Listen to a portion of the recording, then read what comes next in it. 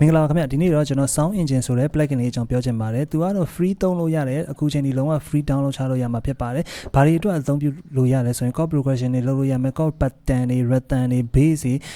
အကုန်လုံးကိုလွယ်ကူနဲ့လုပ်လို့ရမှာဖြစ်ပါတယ်ခင်ဗျအဲ့တော့ beginner တွေအတွက်ဆိုရင်တော့အရင်အသုံးဝင်တဲ့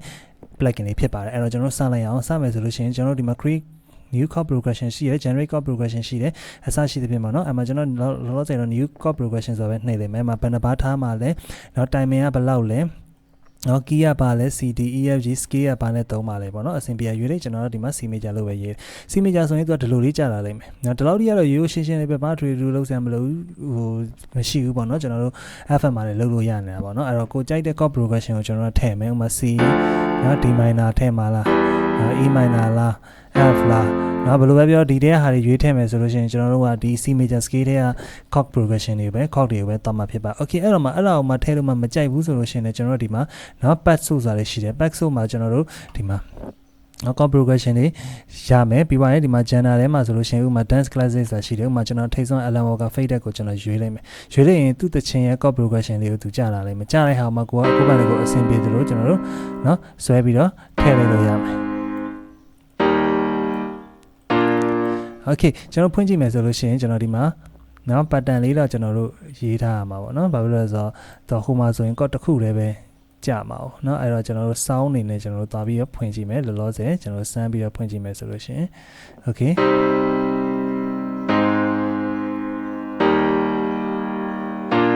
နော်အဲ့လိုရမယ် Okay အဲ့ဒါကိုမှရအောင်မှ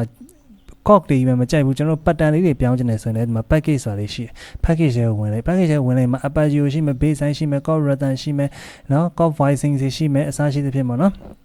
ရှိလိုက်မယ်အဲ့မှာမေးဆိုလို့စမ်းကြည့်ပါကျွန်တော်တို့ဒီမှာ chord rhythm လေးတစ်ခုပဲကျွန်တော်စမ်းပြလိုက်မယ်အကြမ်းမြင်ပေါ့ကိုက EDM လေးတီးမယ်ပေါ့နော်ဘယ်လို pattern လေးဘယ်လို rhythm လေးတီးရမှာမသိဘူးဆိုရင်ရတယ်ကိစ္စမရှိဘူး is okay ပေါ့ဒါလေးရဲ့ကျွန်တော်ဖွင့်ကြည့်လိုက်မယ်ဆိုရင်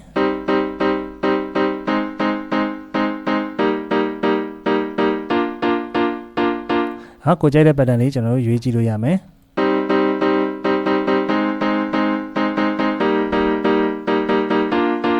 Okay အဲ့ကြိုက်တဲ့ pattern တွေ့တယ်ဆိုလို့ရှိရင်ကျွန်တော်တို့ဒီမှာ drag and drop လုပ်လို့မယ်ဥပမာကျွန်တော်နော် alpha key လေးခေါ်ပြီးကျွန်တော် alpha key လေးဆွဲထည့်ပြလိုက်မယ်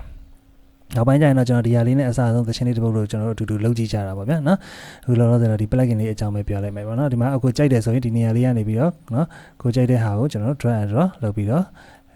alpha ကိုဆွဲထည့်လို့ရမယ်ပြီးသွားရင်ဒီကောင်ကိုကျွန်တော်ခဏပိတ်ထားလိုက်မယ်ပိတ်မယ်ဆိုရင်တော့သူက mixer ထဲသွားပြီးပိတ်တာတော့ပိုအကောင်းဆုံးပဲနော်ကျွန်တော်ဒီမှာဖွင့်ပြမယ်